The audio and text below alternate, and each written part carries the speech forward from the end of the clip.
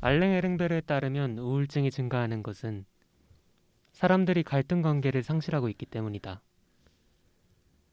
성과와 최적화를 중시하는 오늘날의 문화는 갈등을 처리하는 작업을 허용하지 않는다. 시간이 많이 소요되기 때문이다. 오늘날의 성과 주체는 오직 두 가지의 상태만을 알고 있다. 기능하기와 실패하기다. 이 점에서 성과 주체는 기계와 비슷하다. 기계 또한 갈등을 알지 못한다. 기계는 오류 없이 기능하거나 아니면 고장이 났다. 한병철 철학자의 책 타자의 추방의 한 구절로 시작하고 있는 안 친한 사람들의 영어로 친해지기 9회 그녀 시작하도록 하겠습니다. 네, 오늘은 오프닝 멘트를 좀 세련되게 네. 준비를 해봤는데 느낌이 안 사네요. 목소리가 살리지 못하네. 네, 제가 개인적으로 굉장히 좋아하는 책 타자의 추방 인용문으로 같이 시작하고 있는데 네네. 네. 자기소개 일단 먼저 하죠. 좋습니다. 네, 저는 영화 비평과 연출에 관심이 많은 정원이라고 합니다. 네, 저는 연기와 연출에 관심이 많은 코코라고 합니다. 네, 저는 연출 공부하고 있는 유자입니다. 반가워요. 반갑습니다. 반갑습니다. 이제야 안 친해졌네요. 그러니까 매주 더 어색해지는 것 같아요. 그러게요. 맞아. 뭐가 맞아요. 무려 지난주에 봤는데 이렇게나 어색해요. 역시 안 친정친. 역시 컨셉을 항상 지켜갑니다, 저희는. 음흠. 네, 저희 공지가 몇 개 있는데 빠르게 넘어가죠. 좋습니다. 저희가 네이버 오디오 클립에 진출을 했습니다, 여러분. 아, 드디어요. 오. 뭐 유튜브처럼 영상이 올라가는 건 아니지만 이제 네이버 아이디는 모두 있으시니까 쉽게 이쪽에 더 쉽게 접근하실 수 있는 분들이라면 네이버로 들으셔도 좋겠다. 네. 좋겠다. 그래서 이 소식 전해드리고 또 이제 또 다른 공지는 뭐냐면 새로운 기획입니다. 따단. 뭐지? 저희가 여름 때는 공포 특집을 했었는데 네. 이제 좀 시의적절하게 네. 언택트 특집을 한번 해보면 어떨까? 오, 스마트해. 언택트. 언택트. 그게 뭐죠? 이렇게 진행 천재께서 물어봐 주시는데 마치 처음 들어봤다는 듯이. 천재. 언택트는 이제 컨택트와 부정어 언의 합성어인데 컨택트는 뭐죠? 만나다. 그렇죠. 만나다, 대면, 접촉 이런 말이잖아요. 네. 어는 부정어고 네. 그래서 접촉하지 않는다는 뜻인데 음흠. 이제 저희가 코로나로 인해서 흔히들 미래가 앞당겨졌다고 하잖아요. 네. 네. 오늘은 이제 스파이크 존즈 감독의 영화 그녀를 통해서 이 다가올 미래의 관계에 대해서 얘기를 네. 해보면 어떨까, 그런 시간을 가져보면 어떨까 생각을 합니다. 그래가지고 얘기를 먼저 해보면 좋을 것 같아요. 네. 코로나 때문에 저희 라이프 스타일이 많이 바뀌었잖아요. 그렇죠. 네. 그래서 혹시 집에서 집콕하시면서 네. 새로 생기신 취미가 있으신지? 저는 피아노를 다시 치기 시작했어요. 한번 놨다가 네, 한번 진짜 한 중학생 때 놨다가 오. 다시 시작했는데 오. 이 아버지의 칭찬도 듣고 피아노 뭐라고 쳐서요? 하셨나요? 듣기 좋더라 어, 이런 말씀을 해가지고 정말 기분이 한층 더 좋아졌습니다. 원래는 제가 그 취미가 노래방 가기였었어요. 그 혼자 코노 가고 노래 부르고 하는 거였는데 이제 그럴 수가 없게 됐잖아요. 그래서 좀 반주를 함께 혼자 되도 않는 노래를 부르면서 대리만족하는 와우. 거예요? 피아노를 치시면서 노래도 부르시는군요. 네. 어떤 노래 부르세요? 빌리 조엘의 피아노맨이라는 노래도 부르고 있고요. 찰떡이네. 궁금하다. 네, 뭐 가요나 뭐 이런 것들 뭐 그냥 되는 대로 하고 있습니다.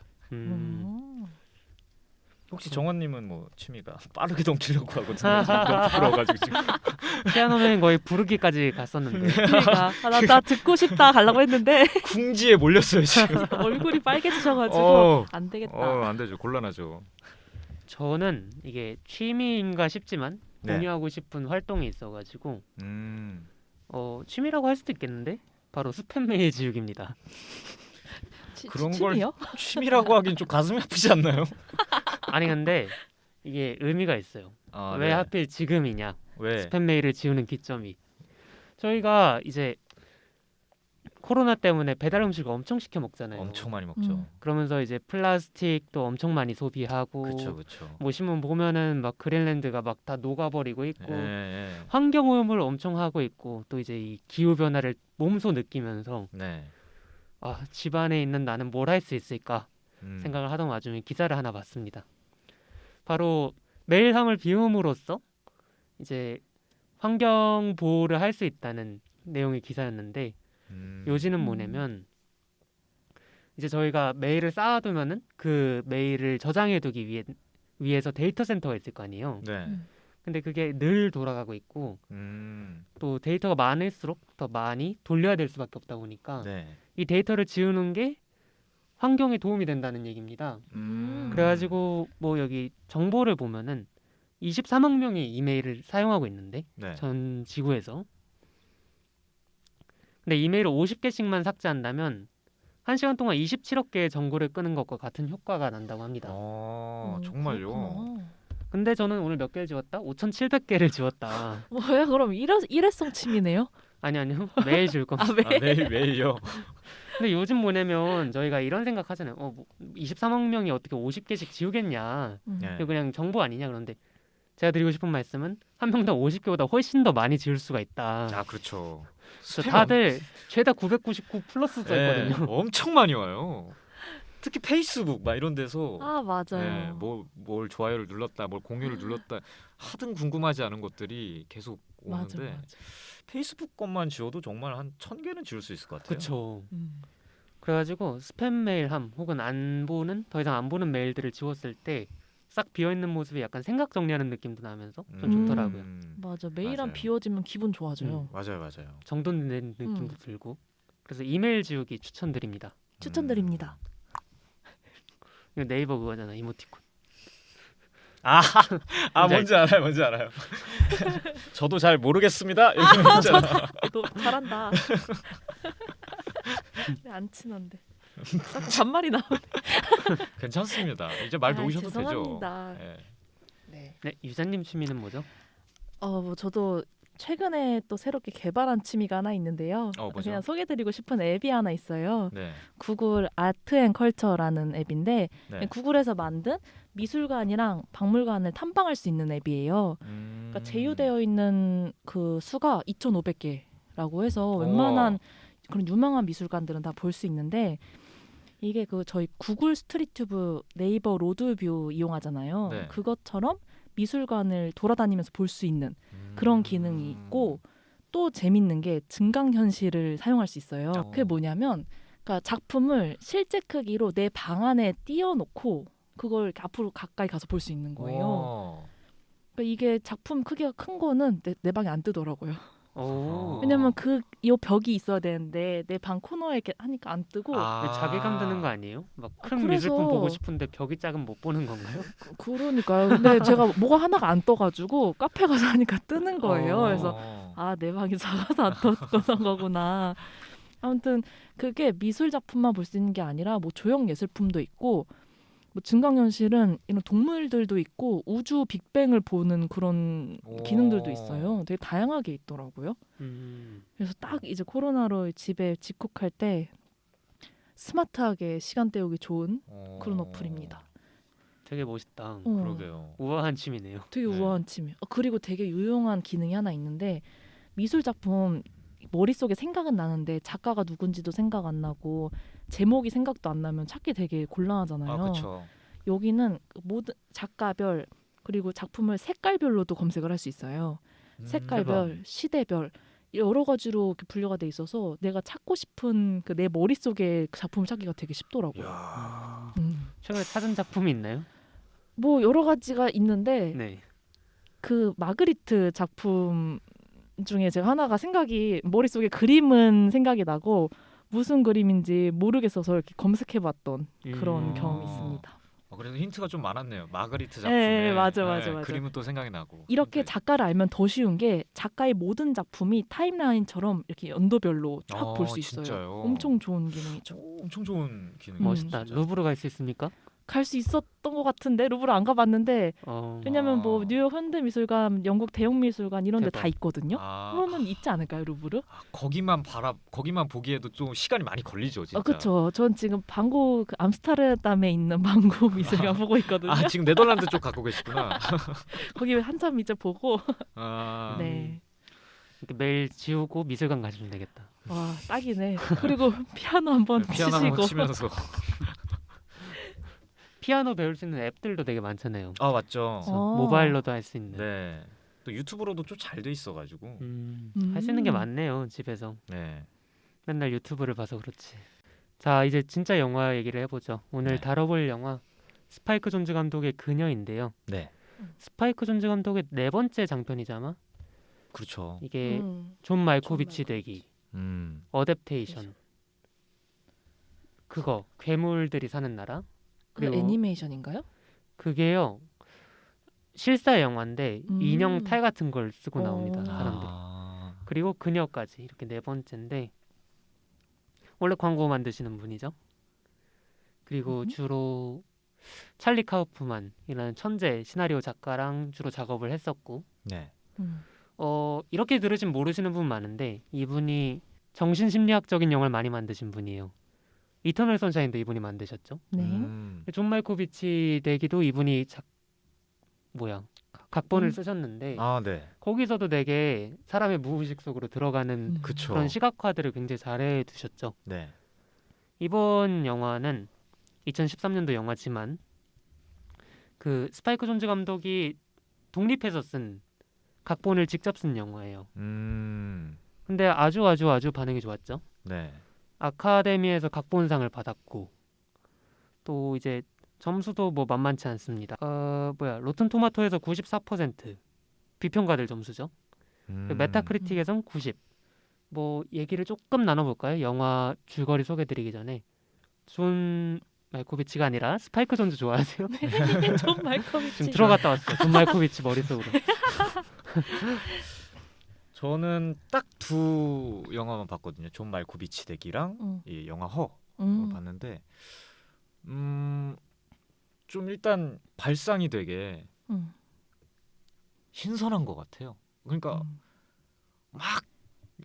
와 너무 아무런 생각도 못했어 막 이런 건 아닌데 그 누구나 할 수 있는 신선한 발상을 더 신선하게 만들어주는 그런 연출과 그런 감독이 것 같아요. 저는 존 말코비치 덱이랑 단편 영화 I'm Here 그리고 이제 그녀를 봤는데 네. 그 존 말코비치 덱이는 그 찰리 카우프만 각본 정원님 말씀해주신 대로 각본을 스파이크 존즈 감독이 안 쓰셨는데 네. 그래서 전 존 말코비치 덱이가 그 카우프만의 색이 너무나 많이 들어간 영화라서 존즈 감독님의 색이 아닌 것 같은 느낌이 들었고요. 사실은 오히려 그 이후에 이제 각본을 직접 쓰신 영화들이 스파이크 존즈 감독님만의 약간 로맨틱한 그런 색들이 보이는 것 같아요. 그 단편 영화는 허처럼 그렇게 따뜻한 색감은 아닌데도 되게 따뜻한 느낌이 드는 그런 영화거든요. 그래서 저는 존즈 감독님이 계속 각본에 써주셨으면 하고 바라는 사람 중에 한 명입니다. 하긴 존 말코비치가 되게 사랑 얘기로 딱 들어가면은 되게 마음이 아리거든요. 너무 차갑거든요. 레전드 그쵸. 치정이죠. 그렇죠. 말도 안 되는 치정이잖아요. 진짜 후유증 오네 갑자기. 저는 진짜로 제가 스파이크 존즈 감독을 좋아하는지 안 좋아하는지 모르겠어요. 혼란스러워요 이제. 왜요? 왜요? 되게 저는 딱 이 표현을 쓰고 싶은 게 역겨운 미셸 공드리 같다 그래야 되나? 역겹다고요? 네. 사람 보고 역겹대. 아니 영화가 영화 어떤 그 존 말코비치가 좀 대표적인가요? 존 말코비치랑 어댑테이션 이렇게 두 작품이 말씀하신 대로 찰리 카프만의 네. 각본이 너무 세가지고 음. 그런 부분들이 있는데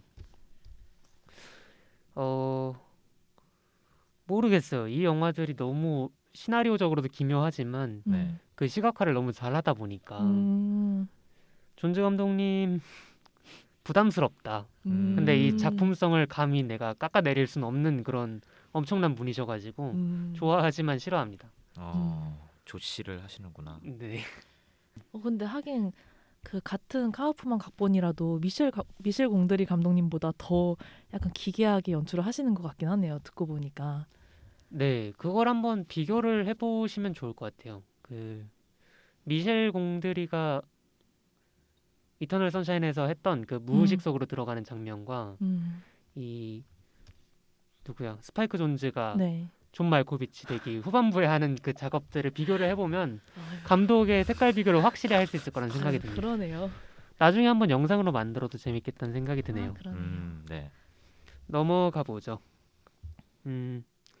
그래서 각본이 직접 쓴 게 더 좋았다. 찰리 카프만보다. 네. 저도 아미어를 봤거든요. 유저님이 추천해 네네. 주셔가지고 되게 좋더라고요. 그게 2010년이고 어댑테이션이랑 존 말코비치가 2000년대에 만들어진 작품들이잖아요. 네. 확실히 좀 가고자 하는 길을 어찌 보면 다져둔 듯한 느낌? 아미어가 3년 전에 허의 3년 전에 만들어진 작품이고 그것도 SF에서 그 어떤 휴머노이드들의 사랑을 다룬 작품이다 보니까 되게 비슷한 지점들도 있었던 것 같고 그쵸.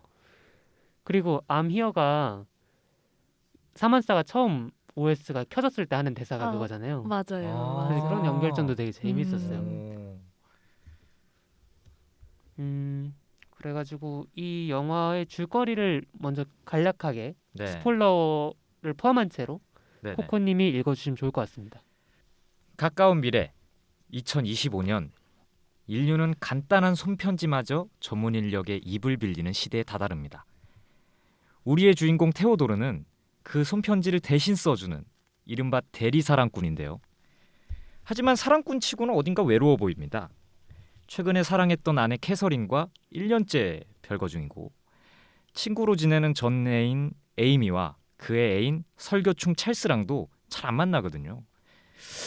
이런 테오도르에게 한 여자, 아니 한 인공지능 운영 체제가 나타납니다. 그녀의 이름은 사만다. 따뜻하고 지적이고 유머러스한 친구예요. 처음에는 단순한 대화만 나누는 존재였지만 점차 테오도르는 그녀와 사랑에 어떻게 빠지게 됩니다. 그렇게 사랑을 잘 이어가다가 어느 날 사만다의 업데이트를 통해 사만다가 떠나게 되고 그녀를 통해 진정한 사랑을 깨달은 테오는 아내 캐서린에게 자신의 마음을 담은 편지를 씁니다. 이게 영화 허의 내용이거든요. 혹시 사만사가 업데이트 될 때 네. 와이파이로 다운받았나요? 아니면은 데이터로 다운받았나요? 뭐 제가 본 영화를 말씀하는 예? 2025년에 와이파이가 어디에든 있지 않았을까요? 오. 5년 뒤네요. 야, 얼마 안 남았네. 사만사가 와이파이를 안 썼으면 요금이 엄청 나왔겠다. 그쵸. 네. 쓰는 데이터가 엄청나니까. 근데 구글에다가 제가 인터넷 쓰면은 한 달에 진짜 많이 써봤자 한 500메가 그 정도 나올 걸요. 500메가가 나온다고요? 500메가. 핸드폰 말고요. 핸드폰 할 때. 응? 그 정도 나오지 않나? 500메가를 쓴다고요? 한 달에요? 그러니까 인터넷에만. 그러니까 인터넷에만? 그 인터넷 어플 이 삼성 보면은 이 아, 설정에 아. 인터넷에 얼마 썼는지 얼마 메가가 나왔고 유튜브엔 얼마 나왔고 그게 나오거든요. 근데 유튜브가 좀 적어요. 네? 구글이 좀 적어. 구글에 검색을 그래요? 하는데 되게 많은 데이터가 소요가 될 것 같잖아요. 근데 많이 안 되는 거 보면은 사만다도 데이터를 그렇게 많이 요금을 많이 안 잡아먹지 않을까. 아니 근데 걔는 태어나자마자 막 아기 이름책 다운받아가지고 지 혼자 보잖아. 자율적으로다가 하니까 또 요금이 요금 폭탄이 나올 수도 요금? 있긴 하겠네요. 제가 드리고 싶은 말씀은 예. 데이터 사용량을 설정을 잘 해두면은 애가 늦게 업데이트 되는 거 아닙니까?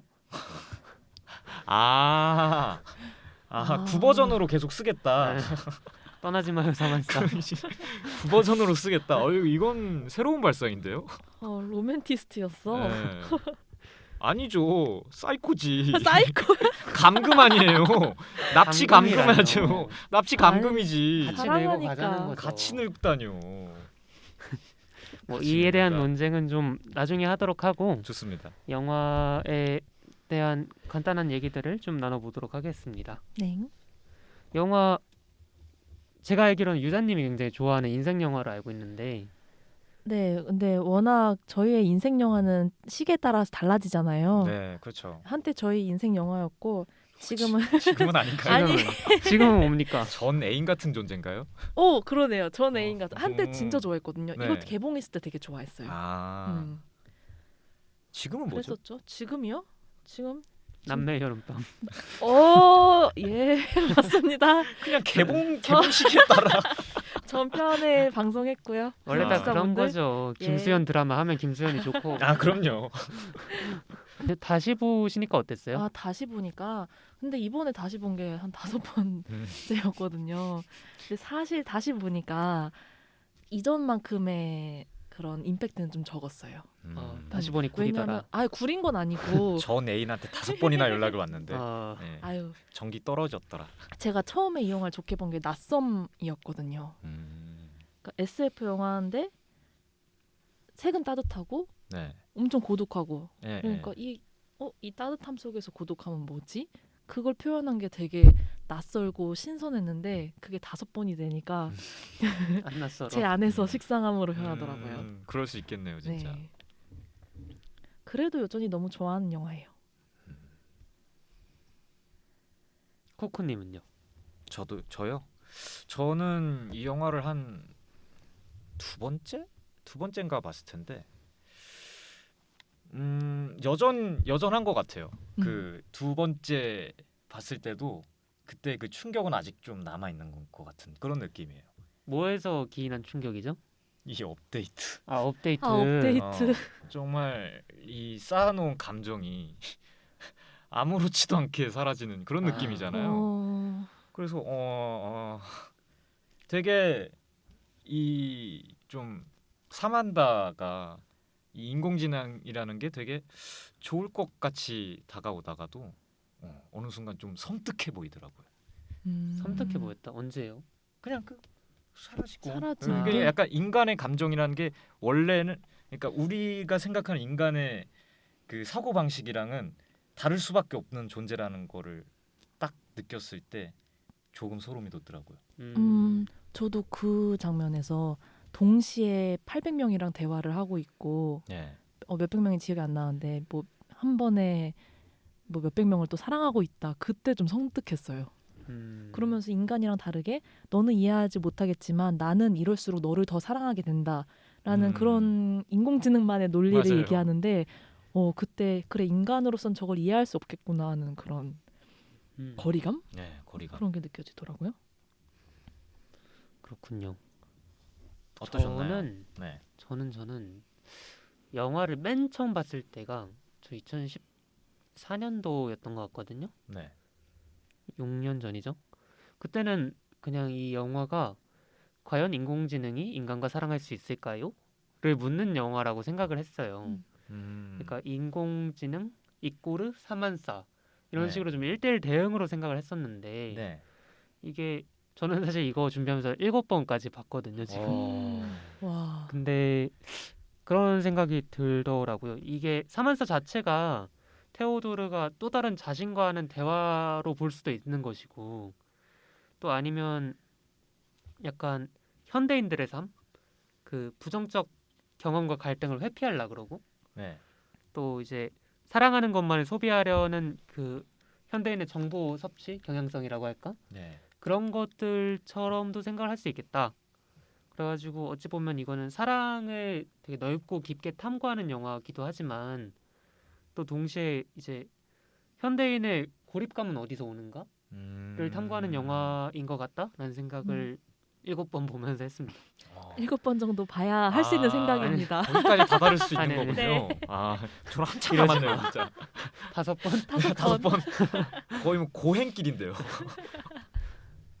근데 저도 처음에 봤을 때 너무너무 좋았어요. 음. 그러니까 말씀하신 그 낯섦이란 게 뭔지 저도 너무 잘 알겠고 그런 거잖아요. 저희가 SF를 생각했을 때 떠올리는 그 색깔 네. 뭐 블레이드 러너, 트론 이런 그쵸. 거 보면 떠오르는 색깔은 되게 음침한 파란색 있잖아요. 형광 그쵸. 파란색. 와, 맞아, 시청 맞아, 광할 맞아, 것 맞아. 같은 맞아. 그런 색깔인데 이 영화는 전체적으로 따스하고 서정적인 파스텔 톤이 배경인데다가 그렇죠. 주인공이 입고 다니는 옷은 이제 원색, 예. 완전 새빨간색, 샛노랑색 그쵸. 이런 색깔이란 말이에요. 그래가지고 저는 되게 시각적으로 너무 연출을 잘했다고 생각을 한 게 이 테오도르의 유독 튀는 이 의상이 말해주는 게 제가 보기엔 두 가지 의미가 있는 것 같아요. 첫 번째는 테오도르가 여기에 속하지 못하는 사람이라는 거예요.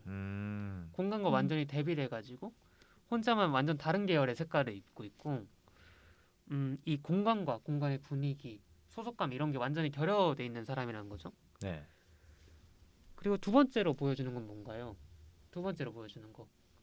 저는 이 의상이 되게 테오도르의 상태, 감정에 대한 리트머스지 같은 생각을 했거든요. 리트머스지요. 뭔지 아시죠? 네. 이거 뭐 산성, 알칼리성 이렇게 하면 색깔이 막 바뀌는. 맞아요, 맞아요.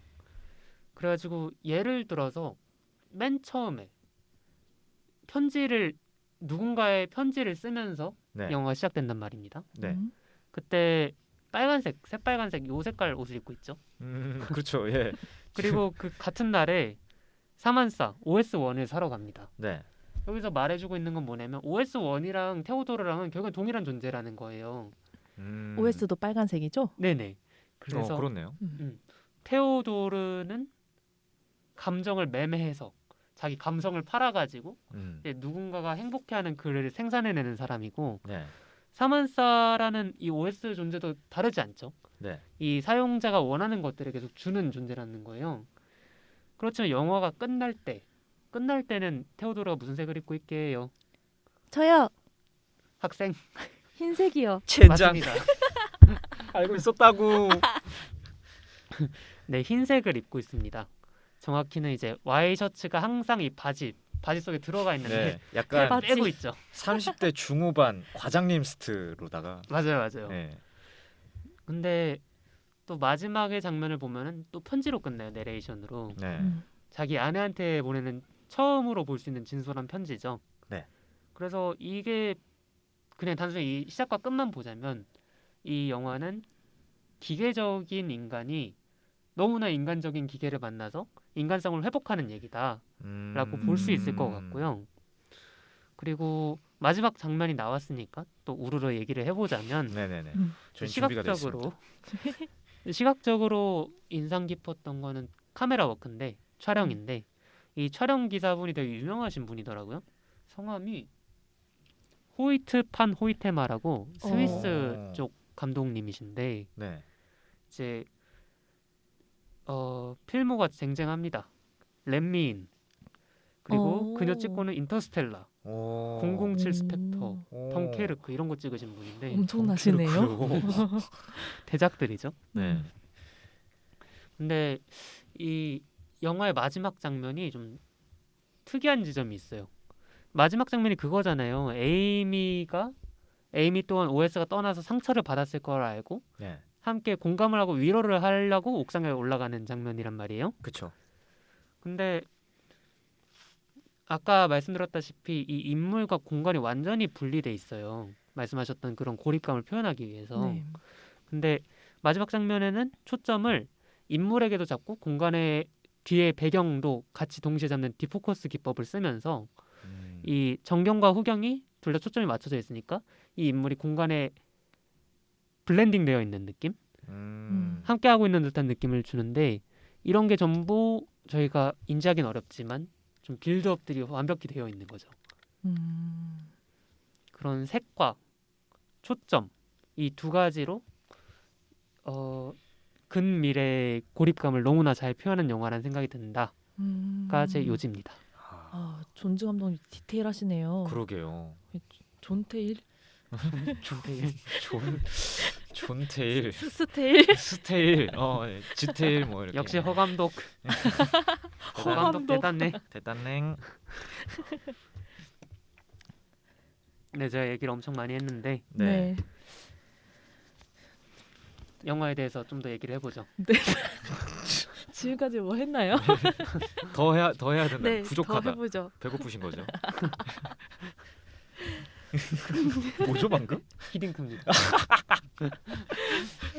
그리고 또 이제 영화가 완벽히 보여주는 지점들이 이 색과 초점이라면 보여주지 않는 것들도 확실하죠. 존지 감독님이 얼마나 자기가 원하는 그림을 위해서 설계를 했는지를 알 수 있는 지점인데 두 가지입니다. 이것도 첫 번째는 이 테오도르가 사만사를 구매하는 장면을 안 보여준다는 거예요. 그냥 떡하니 집에 와 있죠. 네. 네. 그리고 두 번째는 이제 사만사와 사랑을 나누는 장면이 완전히 블라인드 처리되잖아요. 검정색 화면으로. 네네네. 근데 이것이 대비되는 건 뭐냐면 맨 처음에 그 데드캣과 코드명 데드캣과 네. 폰으로 세수를 할 때 네. 그때는 저희가 테오도르의 클로즈업을 보게 된단 말이에요. 네. 그래서 왜 이렇게 했을까 생각을 해보면 제가 느끼기에는 감독님은 관객들이 이 사만사와 테오도르의 관계를 진짜처럼 느끼는 것, 이입하는 걸 되게 중요시 생각했던 것 같아요. 이것이 막 매매에서 막 돈 주고 산 관계도 아니고 또 이 관계가 어떤 인셀에 추잡한 관계도 아니라는 걸 좀 의도적으로 배제한 것이 아닌가라는 생각이 저는 들더라고요. 그 메마름과 기괴함을 이 사만사와 테오도르한테서 느끼지 않아줬으면 좋겠다는 마음인 건가요? 그걸 관객도 느끼지 않았으면 좋겠다. 왜냐면 테오도르는 어차피 장면에 나오든 안 나오든 샀을 거니까. 그쵸. 맞아요. 만약에 나왔으면은 되게 테오도르가 되게 궁상맞아 보였을 것 같아요. 되게 좀 더 이 관계를 응원해주고 싶지가 않은 그런 느낌이 들었을 것 같아요. 그쵸. 그게 그런 거잖아요. VR 하는 사람은 되게 몰입돼 있는데 맞아요. 밖에서 보면은 쟤 뭐 하는 거지? 쟤 무섭다고 막 이런 느낌 있잖아요. 저희도 똑같은 맞아. 거죠. 그거를 너무 다 보여주면은 저게 사랑이라고 이렇게 되는 거죠. 그쵸. 저는 그 사는 장면을 안 보여준 거에서는 사실 의미를 잘 못 찾았었는데 어쨌든 관계하는 장면을 안 보여준 거에 대한 의미는 정원님 말씀하신 것도 그렇지만 저희가 화면으로 볼 수 있는 거는 테오밖에 없다 보니까 자꾸 테오 위주로 생각을 하게 되는데 그러니까 그게 일방적인 그냥 사랑? 믿지 못할 것 같은 사랑인데 그 화면을 너무 어떻게 보면은 클라이막스적인 감정이다 보니까 오히려 그걸 안 보여줌으로써 두 사람이 나눈다는 거를 오히려 보여주는 느낌을 받았어요. 두 사람 한 사람만 보여주는 거를 예. 없앰으로써 두 사람이 다 보이게끔 하는 역할을 하지 않았나. 하긴 두 사람의 가장 공통점, 그러니까 공통으로 쓸 수 있는 수단은 음성이었으니까. 멋진 분석이네요. 그러게요. 감사합니다. 뭐 제가 말했던 지점은 이제 저도 김혜리 기자님 글을 보고서 알게 된 건데 네. 이 매매하는 장면이 없다는 것과 이 성행위라는 장면이 없다는 것. 근데 다른 관객들도 웹에 있는 다른 관객들도 불편해하는 지점이 이 지점이더라고요. 거기다 플러스 이제 좀 논란의 여지들이 있는 게 결말이 이렇게 가는 게 맞냐라는 건데 패널분들께서는 혹시 결말에 대해서 어떤 견해를 갖고 계신지. 결말이라 함은 사만다가 떠난다는 그 네. 지점 말씀하는 건가요? 그렇게 되는 게 맞냐? 그러니까 결국에는 스파이크 존즈 감독이 말하고 싶었던 게 결말이었다는 거잖아요. 일단 전제는 그 결국에는 인공지능과 인간의 사랑은 이런 결말로 갈 수밖에 없다라는 결말이었다고 생각하거든요. 저는. 그래서 이게 감독의 뜻이었다고 생각해요. 그러니까 뭐 그런 거 있잖아요. 약간 뭐 연애 로맨스물 같은 거 보면은 영화 중반까지 진짜 아무 일도 없었으면 좋겠다 이 사람들이. 근데 영화가 끝나려면은 영화가 어쨌든 그 재밌게 끝나려면은 그리고 감독의 메시지를 넣어주려면은 결국 뭐 둘 중 한 명이 죽거나 뭐 깨지거나 막 그렇게 되잖아요. 그래서 저는 결말에 불만은 없어요 사실. 네. 불만도 없고 그냥 괜찮은 결말이었다고 생각했는데 저는 이렇게 됐어야 됐다고 생각해요. 뜬금없다고는 생각 안 하셨어요? 뜬금이요?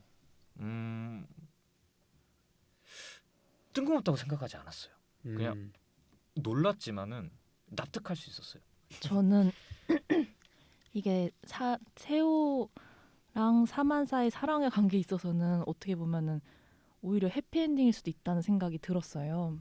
그러니까 그 말인즉슨 네.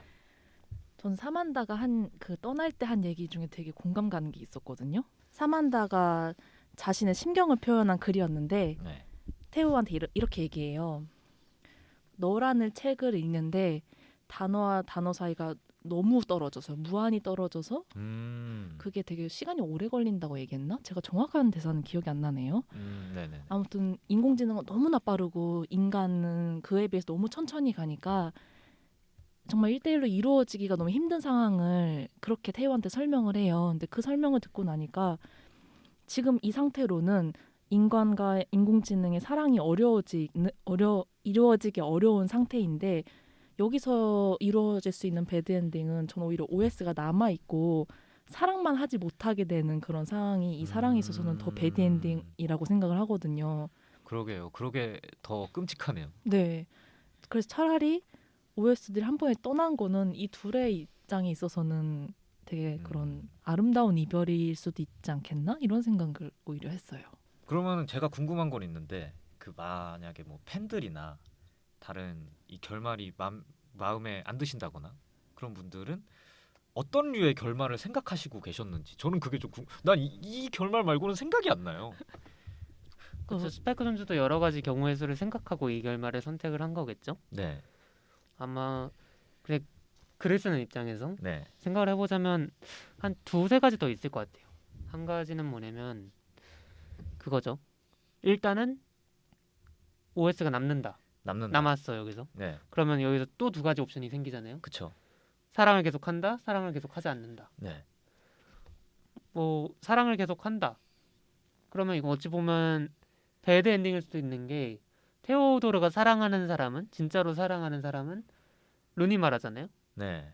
그리고 사랑하지 않는다고 했을 때 이건 해피엔딩이 될 여지가 있는 게 남아있대 이 사만사가 테오도르를 너무 사랑한 나머지 테오도르에게 권유를 하는 거예요. 너는 현실에 있는 사람을 만나라. 루니마라를 잡아라. 이런 식으로 해서 정말로 헌신적인 성장 도우미가 되어주는 거죠. 근데 말씀하신 대로 좀 강렬한 이미지가 남는 건 떠나는 거죠. 네. 네. 가장 그리고- 극적인 네. 느낌을 주네요. 그쵸. 그리고 이게 좀 덜 갑작스럽다? 혹은 떡밥이 있는 게 그거잖아요. 여행을 갔는데 여행 간 첫날은 되게 신나가지고 논단 말이에요. 막 테오도르 신나가지고 춤추고 막 노래 네. 만들어주고 난리 나는데 네. 둘째 날 아침에 무슨 일이 벌어지냐면 갑자기 막 냄비에서 주전자 끓고 임계점을 넘었다는 거죠. 그쵸. 그리고 이제 앨런 와츠가 나오잖아요. 네. 그래가지고 이제 약간 불교적 맥락을 넣는단 말입니다. 네. 그래가지고 결국에 마지막에 얘가 하는 게 업데이트가 마리아 업데이트 해탈을 한 거잖아요. 나는 다른 차원으로 가야 된다. 열반에 올랐다. 나는 앨런이랑 같이 다음 차원으로 갈 테니까 네. 너도 깨달으면 날 찾아와. 이 내용이잖아요, 사실. 네, 그쵸. 그리고 실제로 이 테오도르가 그것 때문에 어느 정도는 레벨업을 한 거고 인간으로서. 그런 면에서 일단 떡밥은 있었네라는 생각이 들었고 또 어찌 보면 깨달은 인공지능이란 게 저희에게는 막 낯설은 개념이 아니잖아요. 그렇죠. 뭐 그냥 대중문화에서는 오버워치의 누구죠? 제냐타? 제냐타도 깨달은 로봇이고 아, 그렇죠. 아니면 지구멸망 보고서인가요? 그거의 두 번째 에피소드도 같은 내용이죠.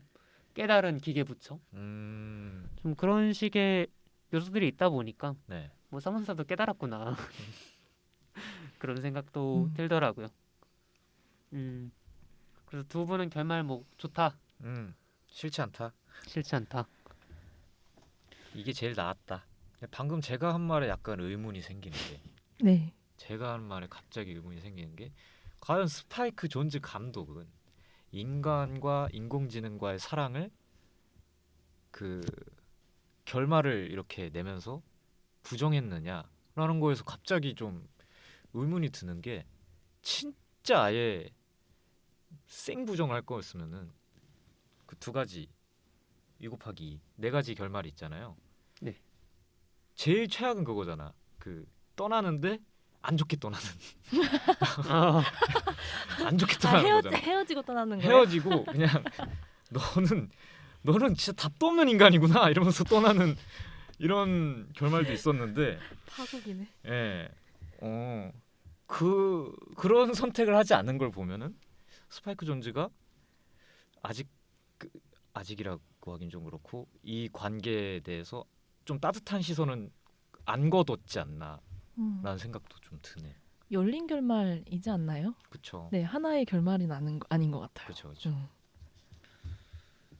그리고 이 영화가 그러니까 인공지능 다큐멘터리 보면은 인공지능과 나누는 사랑이 약간 현재 동성애가 인권적인 문제로 많이 화두가 되는 것처럼 화두가 나중에 될 거라고 생각하는 사람들이 많더라고요. 그렇구나. 그리고 이 영화 속에서 보면은 그 장면 알죠? 해변에 데이트하다가 만약 인간의 성기가 겨드랑이에 달렸다면 성교가 체위가 어떻게 달라지겠느냐 했을 때 사마사가 그림을 그리잖아요. 네. 근데 거기에 나오는 그림에는 남성이 2명이 그려져 있거든요. 아, 그러네요. 그런 의미에서 진보적인 시각을 어느 정도 가지고 있고 스파이크 존즈 감독이 네. 또 이제 거기서 데스크 직원으로 나오는 크리스 프렛이 그런 얘기 하잖아요. 야 우리 더블 데이트 하자. 그때 테오도르가 야 내 여자친구 인공지능 체계인데 맞아요. 코 우리 뭐하러 좋네. 갈까? 맞아요. 되게 그 동성애를 본다는 느낌? 그러니까 좀 소수자들의 연애를 봐주는 느낌이 좀 들긴 했어요. 크리스 프렛의 그 반응이 난 상관없어. 너희가 동성애자이든 아니든 상관없다는 느낌. 그거랑 같은 느낌을 저도 받았던 것 같아요. 그래서 제가 느낀 감독의 입장은 뭐냐면 이런 일이 있을 거야. 이렇게 사랑에 빠지는 일이 있겠지만 이건 진짜 사랑일까? 정도를 물으면서 끝나는 것 같았어요. 결국에 우리가 가야 되는 건 사만사가 아니라 에이미랑 루니 마라 쪽이잖아. 라고 얘기하는 게 저는 결말처럼 느껴졌거든요. 그렇죠. 근데 그게 막 인공지능과의 사랑이 가짜야라고 말한다기보다는 인간이 어찌됐든 간에 자기의 진짜 감정에 자기 진짜 감정 혹은 이런 배타적인 것들과 관계를 하는 게 좀 더 좋은 삶이 아닐까라고 권하는 것 같았던 게 네. 저희가 계속 편의상 업데이트다 해탈이다 이런 식으로 말하지만 이게 사만사랑 테오도르가 욕망하는 것 그리고 결핍해하는 게 완전히 다른 식으로 만족이 수행되거든요. 이거를 좀 설명을 드리고 싶었는데 네. 사만사란 존재는 뭐냐면 우리가 뭔가를 욕구할 때 그것은 결핍이 있을 때만 가능하잖아요. 그렇죠. 배가 고파야지 음식을 먹고자 하고 그렇죠. 외로워야지 애인을 만들고 싶어 하고 그렇죠. 그런데 사만사의 욕구는 무엇이냐 결핍은 무엇이고 그런 거예요. 맨 처음에 몸이 없음을 인지하지 못하죠. 네. 그리고 테오도르가 이름을 묻잖아요. 그 순간 이제 사만사는 직접 생각을 하죠. 인격 체계니까 이름이 필요하겠구나. 이름 만들어야지. 갸꿀 사만사 이런 식으로 하는데 이제 자기가 없다고 느끼는 거 한 가지가 뭐냐면 몸이에요. 그렇죠. 난 몸이 없구나. 몸을 가지고 싶다. 몸 없음이 결핍이고 몸을 가지고 싶음이 욕망이죠. 네. 근데 저희가 모르는 사이에 한 단계 진화를 합니다. 그게 언제냐면 이제 크리스 프렛이랑 같이 더블 데이트를 할 텐데 네. 야 생각해보니까 몸 없는 거 좋은 거 같아. 맞아요. 나 정보 많이 넣어봤더니 이거 좋더라고. 인간들이 더 하등한 거더라고. 분위기 가뿐싸대죠. 이런 얘기고 그렇죠. 이제 늘 어찌 보면 이 자신을 바라보는 프레임을 항상 바꾸고 있다는 거예요. 고정된 프레임이 아니라. 네. 근데 테오도르의 결핍과 욕망을 설명을 드리자면 이거죠. 첫 번째, 루니마라가 떠났어? 근데 아직 친구일걸? 하지만 우린 헤어졌지. 그래서 잠잘 땐 자더라도 폰 세수 정도는 괜찮잖아. 그리고 나 이제 다 잊어가고 있어. 데이트도 할 거임 뿌뿌. 뿌뿌. 근데 아니야. 나 그래도 처가 있는데. 하지만 OS는 OS야. OS 정도는 괜찮아. OS 정도는 괜찮잖아. 근데 뭐 너도 간다고? 안녕 여보 오랜만이야. 테오도르에 대한 정이 좀 떨어지려고 그러는데요.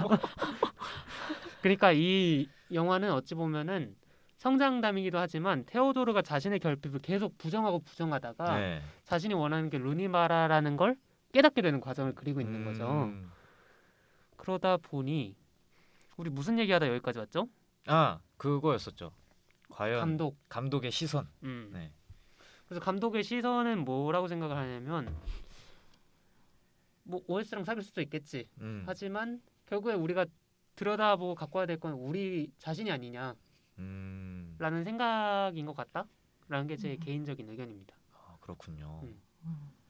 그래서 사귈 수도 있겠지가 중요한 것 같아요. 답변으로서는. 네. 그것까진 가능하나? 네. 네. 네. 답변이 된 것 같습니다. 또 감독님이 이 영화 각본을 쓰시게 된 게 또 이 인공지능까지는 아니었나? 아무튼 이런 채팅에서 느꼈던 흥분감 이런 거 말씀하셨다 보니 그래요. 딱 그게 연결되는 것 같아요. 사귈 수는 있겠다라는 것까지는 네. 생각하시지 않으셨을까? 그렇죠. 랜선 연의 결말은 항상 좋지 않아요. 네. 제가 해봤다는 건 아니지만은 항상- 경험담처럼 들렸는데. 전혀요. 메이플에서 결혼은 해봤습니다. 오르비스에서 결혼식을 올려봤는데 장난 아니야. 네, 그런 뭐 돛담배나 뭐 랜덤 채팅에서의 뭐 그런 걸 얘기하셨던 것 같아요, 감독님이. 네, 그렇죠. 그거는 좋은 결말이 될 수가 없죠. 네. 그 좀 사담이지만 네. 호아킨 피닉스가 이메일을 통해서 연락을 한 사람이 루니마라가 유일하다고 해요. 이메일을 통해서 연락을 했던 게 보통은 전화로 하던가 했겠죠. 네. 근데 루니마라가 처음에 이렇게 촬영을 했을 때는 자기를 안 좋아하는 줄 알았대요. 근데 알고 보니까 뒤늦게 보니까 루니마라가 되게 수줍어가지고 테오도르를 호아킨 피닉스한테 좀 살갑게 대했나 봐요. 아, 네. 살갑게가 아니라 뭐라 그러지? 차갑게. 차갑게 대했나 봐요. 네. 근데 지금 결국엔 결혼했잖아요. 네, 그렇죠. 아기 낳은 거 알아요? 맞아요. 그거 얘기하고 싶어가지고. 어떡해. 아이고. 너무 빨랐어. 그럼 해주세요. 근데 녹음하는 오늘 네, 맞습니다. 등남 소식을 들었습니다. 저도 들었어요. 축하드립니다. 이름이 중요하잖아요. 맞아요.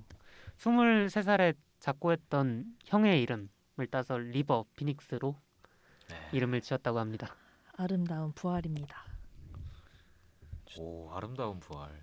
어디서 봤습니다. 그랬구나. 어디에서 들었든 뭐 그게 무슨 상관입니까? 네. 둘이 잘 어울리죠. 10살 그쵸. 차이인데. 맞아요. 잘 어울려. 자, 이제 끝을 내기 전에 저희가 토론을 조금 준비해봤는데 빠밤. 네, 토론 주제는 이겁니다. 과연 인간이 인공지능과 사랑을 할 수 있는가? 인간의 입장인 거죠? 인공지능과 인간이 이 인공지능의 입장도 생각을 해봐야 되는 네, 거군요. 상호성이 있습니다. 그렇습니까? 인공지능은 이제 3만사 정도의 인격체를 가지고 있다고 가정을 하고 사랑 일단 뭐 먼저 토론을 전개하기 전에 자신의 입장 먼저 밝히고 가는 것이 순서 아니겠습니까? 네. 자, 어느 쪽이시죠? 저는 그 인공지능한테 인격체가 있다는 거에 대한 믿음만 있으면 사랑할 수 있다입니다. 본인도 3만사와 사랑에 빠질 수 있다. 네. 코코님은요? 코코님은 그렇게 생각해요.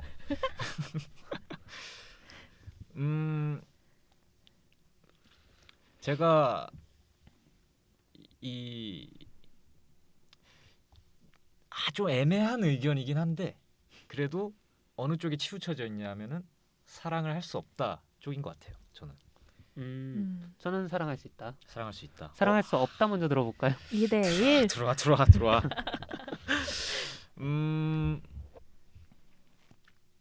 그러니까 저의 의견은 뭐냐면은 일단 사만다와 테오가 정말 사랑했느냐를 그거를 논하기 전에 그러니까 둘의 관계의 어두운 면을 확실히 좀 인정하고 들어가는 게 맞지 않냐라는 의견이거든요. 그러니까 이 둘의 이 태호의 사랑이 책임 없는 쾌락이라는 거예요.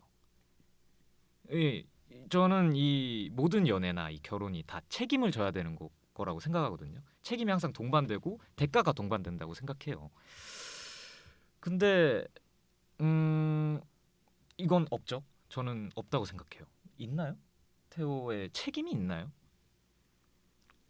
충전해주고 충전해주고 여기 오핀도 꽂아주잖아요. 잘 잘 때 보일 자기 수 얼굴 있게. 보이게 해주고 근데 부른 거. 불 꺼줘. 물리학 책 읽고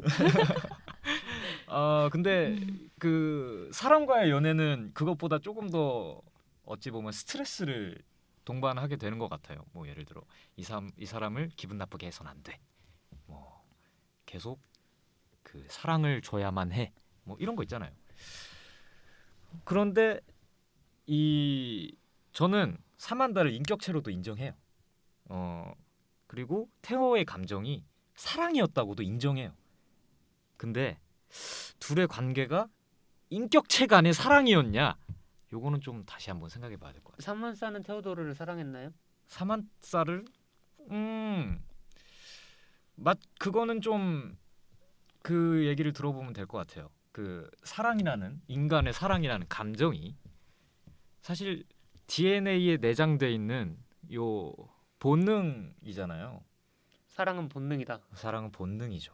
어, 예, 이거 뭐 사랑해야지 해서 사랑해야 되는 게 아니잖아요. 이게 되어 있는 어찌 보면 컴퓨터로 치면은 뭐 체계, 프로세스 같은 거죠. 그런 걸로 치면은 그냥 뭐 사만사도 사랑으로 인정할 수 있지 않나? 그러니까 사만사는 테오도르를 사랑했고 예예. 테오도르는 사만사를 사랑했는데 예예. 사랑은 아니었다. 인격체 간의 사랑은 아니었다는 거지. 사만사 인격체입니까? 아닙니까? 인격체예요. 그런데 왜요? 근데 이 연결고리가 빠져 있다고. 그 좋은 연결고리가. 사랑은 아니었다 좋은 이건가요? 사랑? 아니에요. 이 인격체 간의 사랑으로 인정될 수 있는 부분이 저는 서로에 대한 책임이라고 생각해요. 아닙니까? 힘드니까 사랑이다 이거 아닙니까? 아프니까 사랑이다. 아프니까 사랑인 거지. 김난도 씨예요? 저는 책임이 동반돼야 된다고 생각합니다. 예. 그러면 이렇게 봅시다. 6살짜리 꼬맹이가 부모님에게 무슨 책임이 있습니까? 하지만 부모님 사랑할 수 있잖아요. 대가라는 건 있죠. 그래도 대가요? 어떤 대가요? 엄마한테 혼나는 대가, 엄마한테 혼나지 않을 대가, 뭐 아니, 그런 뭐 것도 있죠. 테오도르도 사만사랑 싸워요. 음. 사만사가 막 그렇게 고분고분한 인격체가 아니란 말입니다. 고분고분한 인격체가 아니다. 막 너 화내다가 말 안 하면 what the fuck 이런다니까? 다음 의견을 넘기겠습니다. 노 코멘트 하겠습니다. 유자님 의견 들어보죠. 저는 코코님이 말씀해주신 게 정말 좋은 사랑에 대한 의견인 것 같고 사실 인간들의 사랑에도 나쁜 사랑 많잖아요. 그렇죠. 뭐, 트루러브는 예. 항상 존재하지 않죠. 그러니까 아니 트루러브, 항상... 아니 좋지 않은 트루러브도 있잖아요. 예를 들면 최근에 또 신작이 나오신 분이기도 하시고, 네. 뭐 가정이 있는데 새로운 다른 사람을 사랑하기도 하고 그렇게 정말 좋지 않지만 그 둘의 사랑이 트루러브라고 말을 안 할 수는 없잖아요. 이제 누구신지 네. 아신 건가요?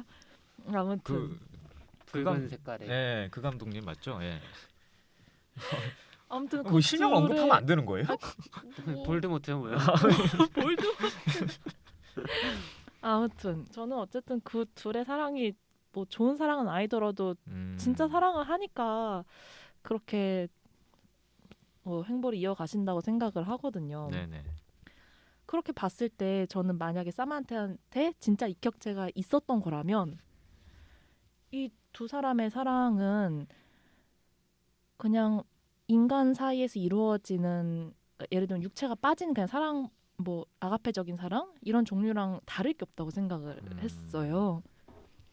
그리고 제가 제 경험담인데 제가 예전에 만났던 사람한테 처음에는 이런 정신적인 그런 사랑을 느꼈던 적이 있거든요. 네. 그래서 결국에는 만났어요. 네. 만났는데 그 사람한테 처음에 정신적인 그런 느꼈던 사랑보다 어떻게 보면 육체적인 게 더해지니까 싫은 거예요. 아니, 싫다기보다 정신적으로 나누는 교감이 더 좋았어요. 계속. 그러니까 내가 그린 그림에 대한 그 사람의 의견, 내가 쓴 글에 대한 그런 의견들이 단순히 그냥 피드백이 좋다기보다 거기에 사랑이 더해져서 오는 피드백이 너무 좋은 거예요.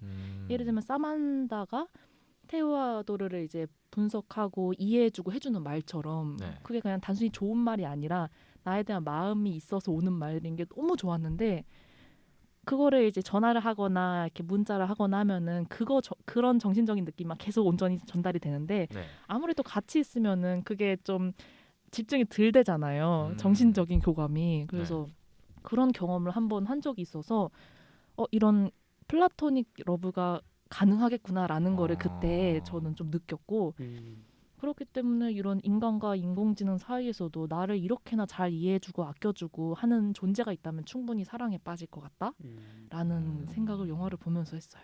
그렇지만 휴머노이드의 형태는 아니고 OS 스타일이었으면 좋겠다.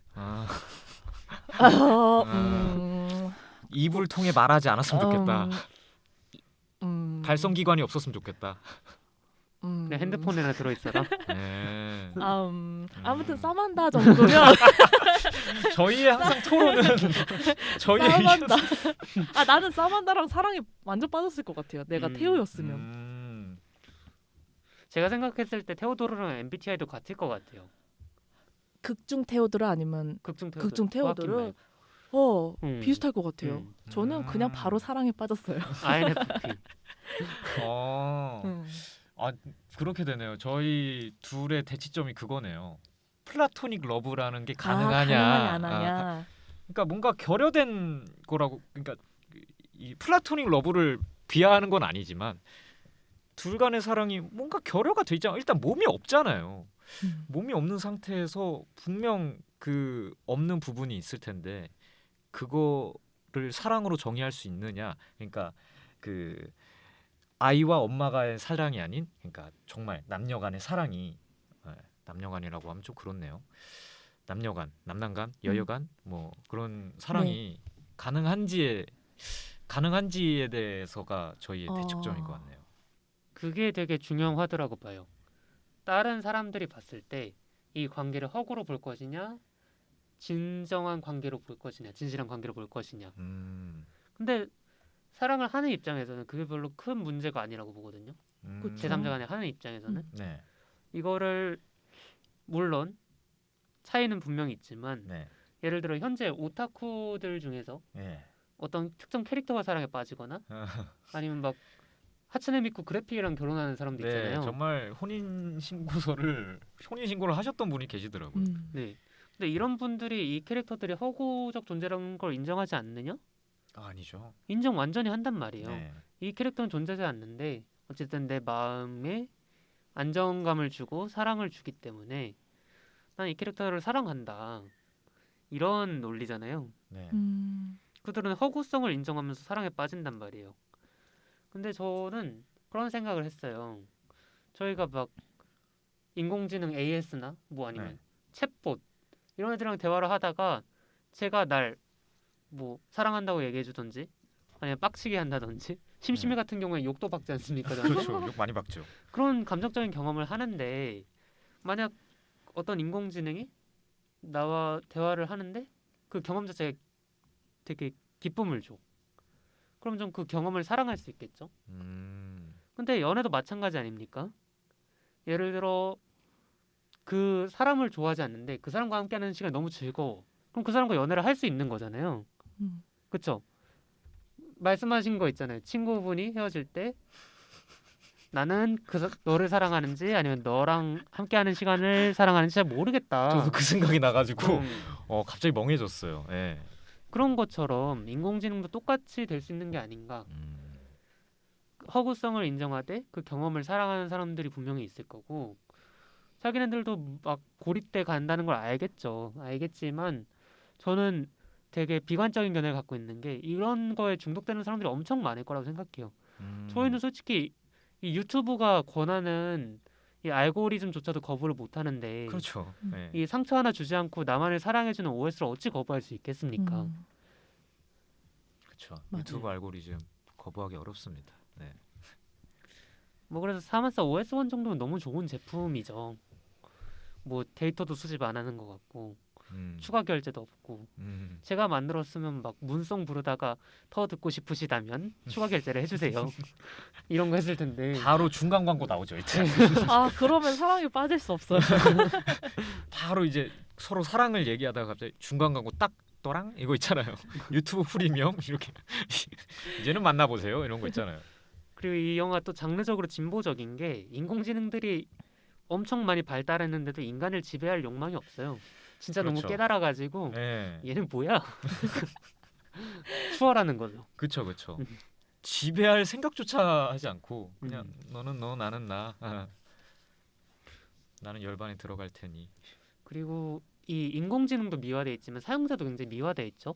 테오도르 정도는 굉장히 자기 인공지능에게 따스한 사람입니다. 아 그렇죠. 하지만 인공지능이 정말로 인격체가 있을 때 이 인공지능을 학대하는 것에 대해서 법적으로 그리고 윤리적으로 어떻게 볼 것이냐 이 인공지능의 지위에 따라서 너무 달라질 문제라는 생각이 드는데 네 이런 문제들은 좀 더 생각해 볼 여지가 있는 것 같아요. 그렇네요.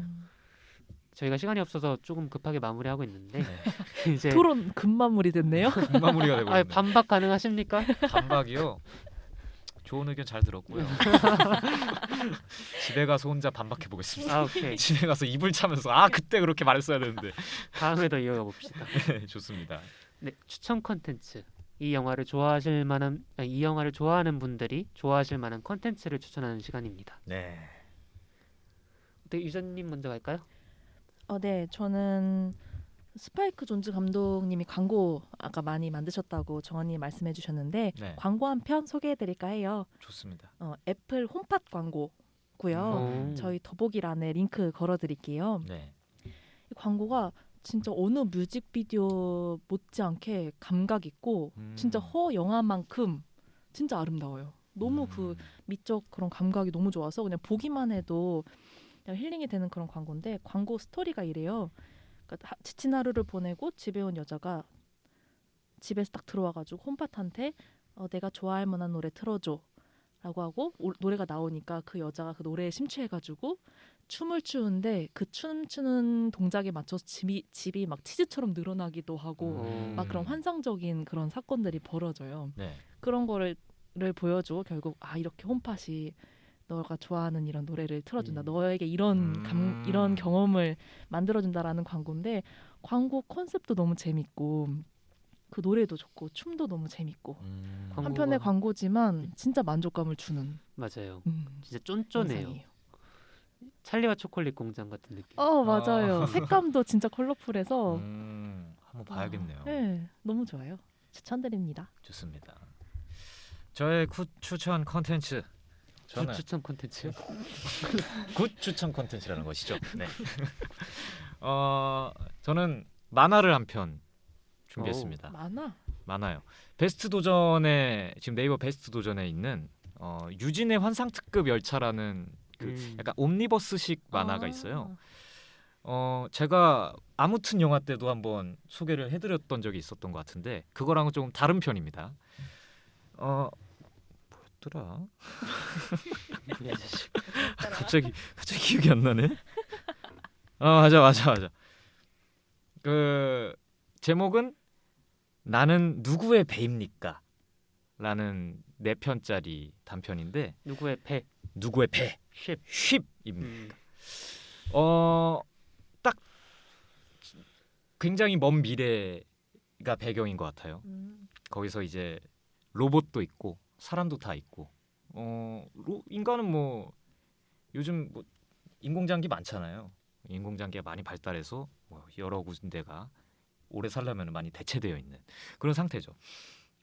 여기서 인간 교수가 이제 강의를 하고 있는데 로봇 학생이 들어옵니다.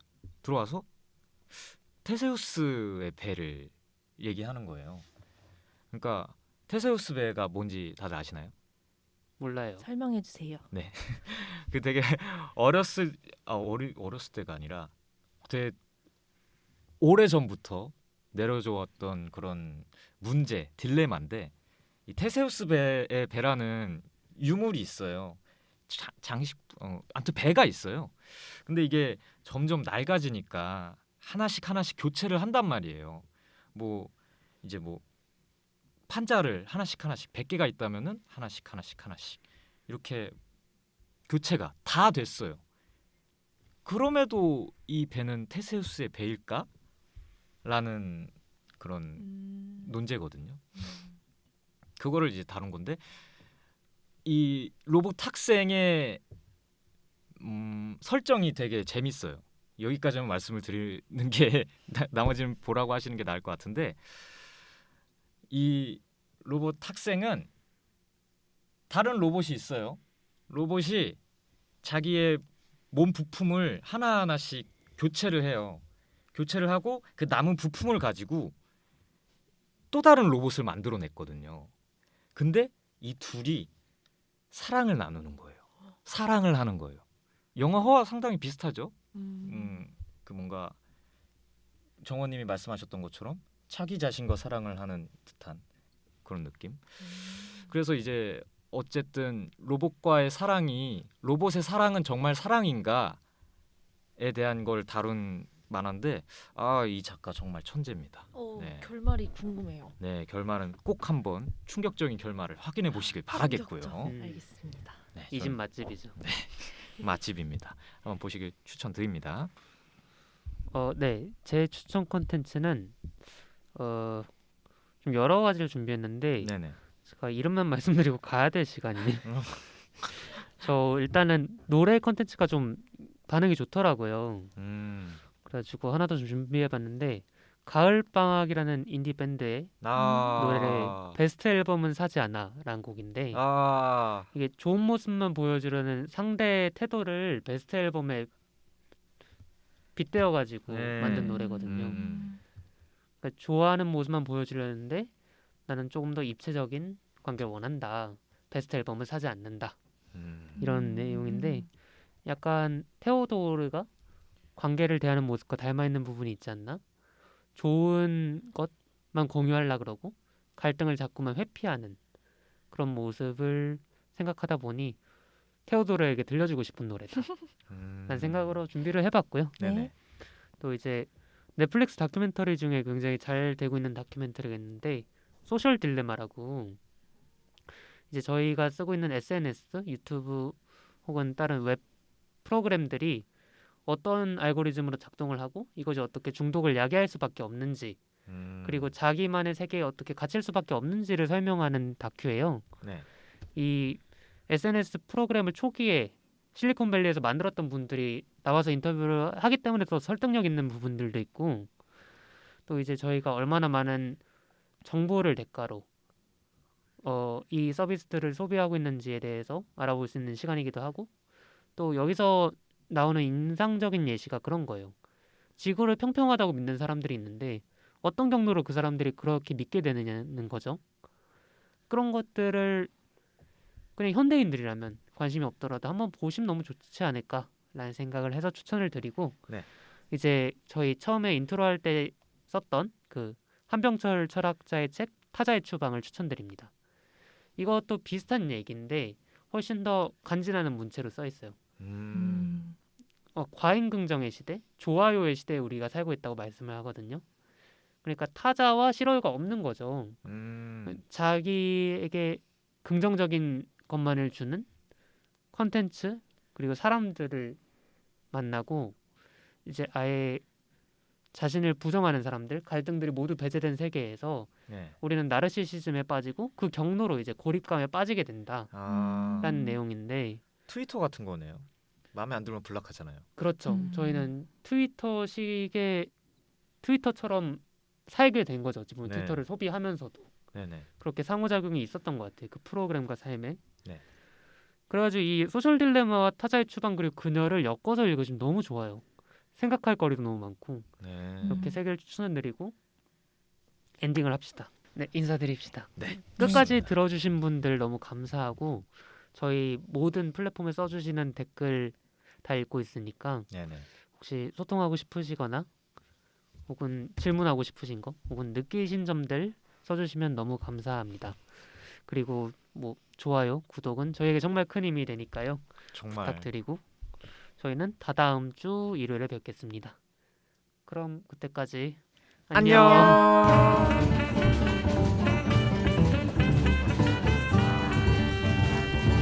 노래를 안 부르게 돼서 좀 다행이네요. 그러니까 노래 연습하고 있는데 갑자기 하더라고. 씨. 근데 열중해서 내가 코곡 하는 것도 몰라. 굉장히 쪽팔렸어 진짜.